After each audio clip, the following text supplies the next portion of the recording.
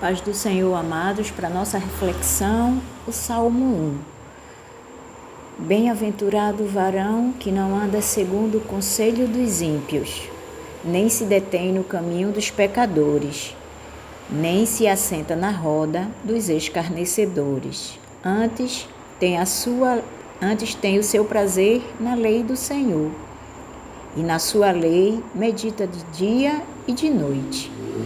Pois será como a árvore plantada junto a ribeiros de águas, a qual dá o seu fruto na estação própria, e cujas folhas não caem, e tudo quanto fizer prosperará.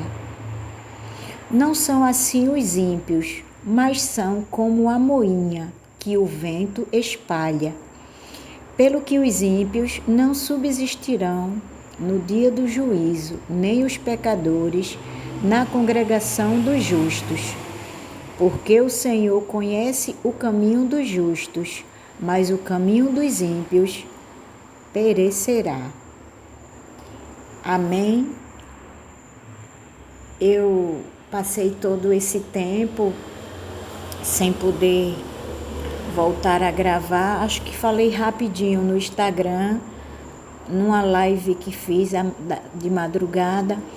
Por conta da vista, estou enferma, mas o Senhor está no controle de tudo. E, sobretudo, foi os óculos que precisava fazer também. Mas já estamos aqui, amados. E esse salmo, ele faz a advertência para os filhos do Eterno.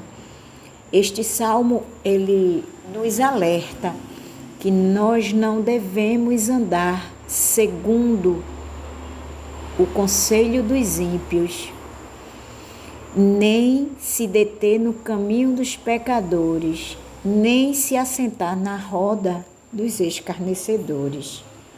Mas, irmão, o que seria isto? Você pedir conselhos àquelas pessoas que não temem ao Senhor. Talvez você em algum momento possa passar por algo e você, naquela sua incerteza do que fazer, você vai e pede um conselho a quem não teme ao Senhor. E esta pessoa possivelmente pode te dar um conselho que não vai ser bom para você. Então evite. É isso aí.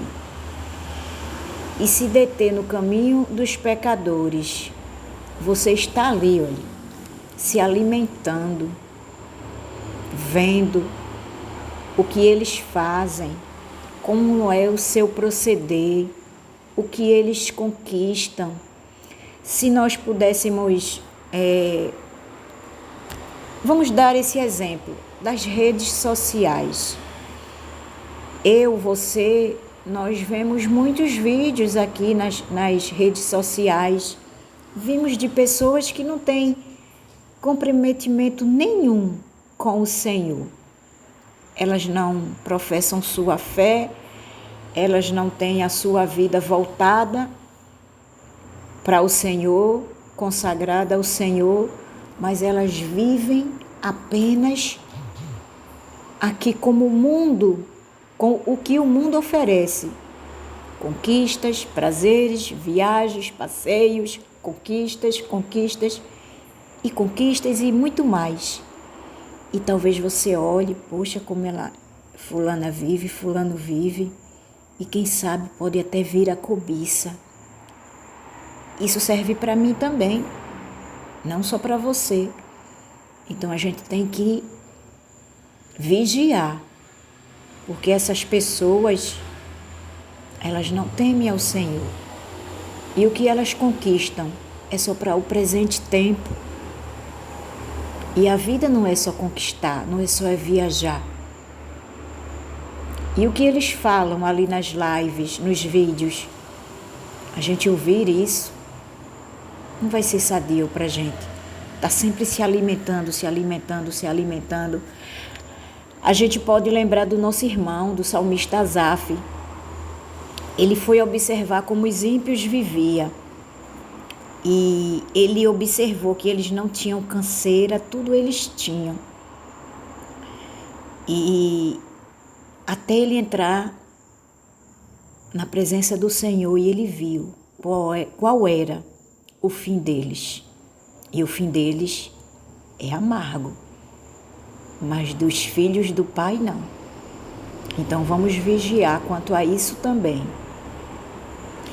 E quanto ao sentar na roda com os escarnecedores, aquela coleguinha, aqueles coleguinhas que sempre está ali contando gracejos, piadas, quem sabe tenha uma linguajar sujo. Então não é pra gente, amados, não é pra gente. Irmã, então eu devo evitar essas pessoas, sentar na roda, sim. Como o próprio Salmo fala, estar sentado com eles, comungando com eles, você deve sim. Mas cumprimentar, falar e principalmente falar do amor do Senhor, você deve conseguir que ele ouça a palavra que é vida. Olha aqui, as Sagradas Escrituras. O plano da salvação que o Eterno teve enviando Yeshua, seu Filho. Tenho ouvido muitos irmãos judeus e não chamam-o mais de Jesus, e sim pelo seu nome, Yeshua. Então você pode sim, mas não se alegrar ali na roda, ouvir conversas que não é para mim nem para você. Então você evite, porque a própria palavra aqui está advertindo que não devemos sentar na roda com os escarnecedores. E os escarnecedores são esses que vivem apenas o aqui, o agora, sem atentar para a palavra da salvação. Uma vida santa, sim. Perfeitos nós não somos, mas temos que viver em santificação. E aquilo que eu praticava, aquilo que eu falava, isso vai saindo sim da minha vida. Porque sem a santificação, a palavra diz, ninguém verá o Senhor.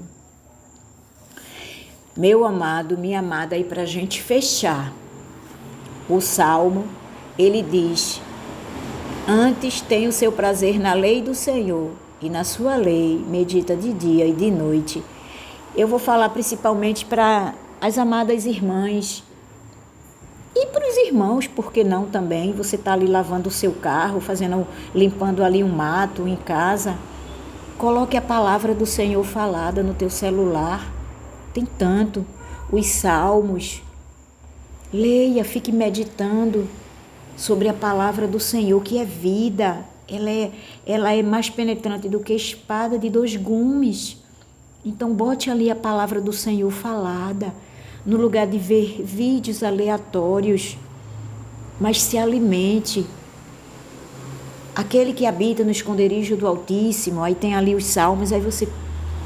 Aquele que habita no esconderijo do Altíssimo, Salmo 91, quantas vezes eu já li. Poxa, quem habita no esconderijo do Altíssimo, a sombra do Onipotente descansará.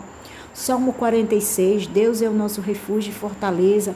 Quem sabe ali você passando por uma luta e você se alimenta ali daquela passagem e aquela palavra ali vai te fortalecer, vai te ajudar a você passar pelaquela luta, aquela tribulação, aquela angústia, com fé, com confiança naquele que pode resolver a minha e a tua situação, que não vai fazer você se desesperar.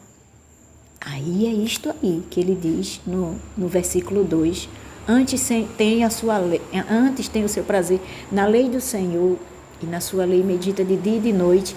Aí você para depois um pouquinho, ajoelhe e se diz: Senhor, obrigado, ou obrigada, se for uma mulher, pelaquela palavra que o Senhor mandou, me ajudou, me fortaleceu, estava precisando.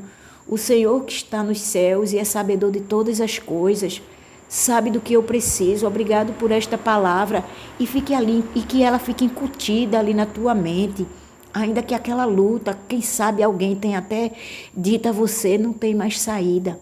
Aquele que habita no esconderijo do Altíssimo, quem sabe foi aquilo que você ouviu, a sombra do Onipotente descansará.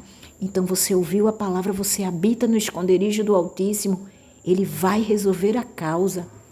Cedo ou tarde a gente não sabe, porque ele resolve o eterno no tempo dele, não é no meu e não é no teu, mas que nós estejamos firmes e confiantes sobretudo, que a causa será resolvida.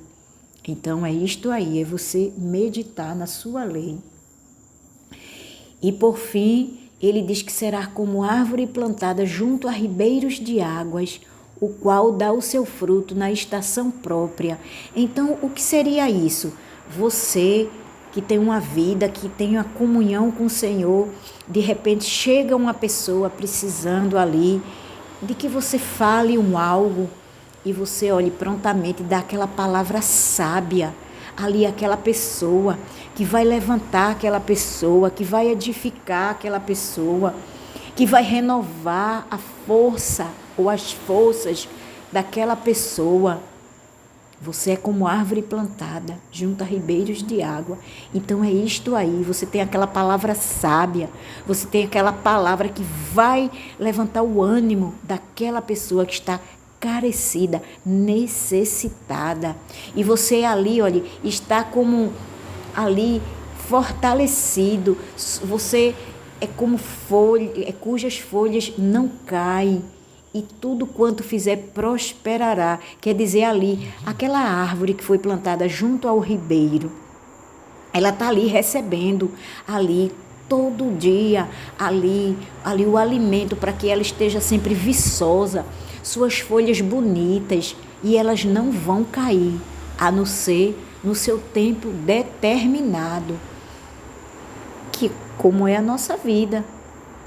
Nós, lá no passado, éramos bebezinhos, fomos meninos, moças, rapazes, mulheres, homens, e os que estão na terceira idade, hoje, né, vovôs, vovós, e quando chegar na data determinada, teremos que partir, porque é o ciclo da vida.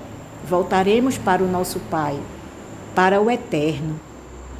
Então você vai ser sempre esta pessoa iluminada, que vai ser luz, como o Senhor diz, para o mundo, porque o servo do Senhor, ele é sal, ele é luz, para aquele que jaz em treva. Então, onde a irmã chega, onde o irmão chega, ele ali está representando o Pai. Ele é luz, ele tem sempre um bom conselho, ele é calmo.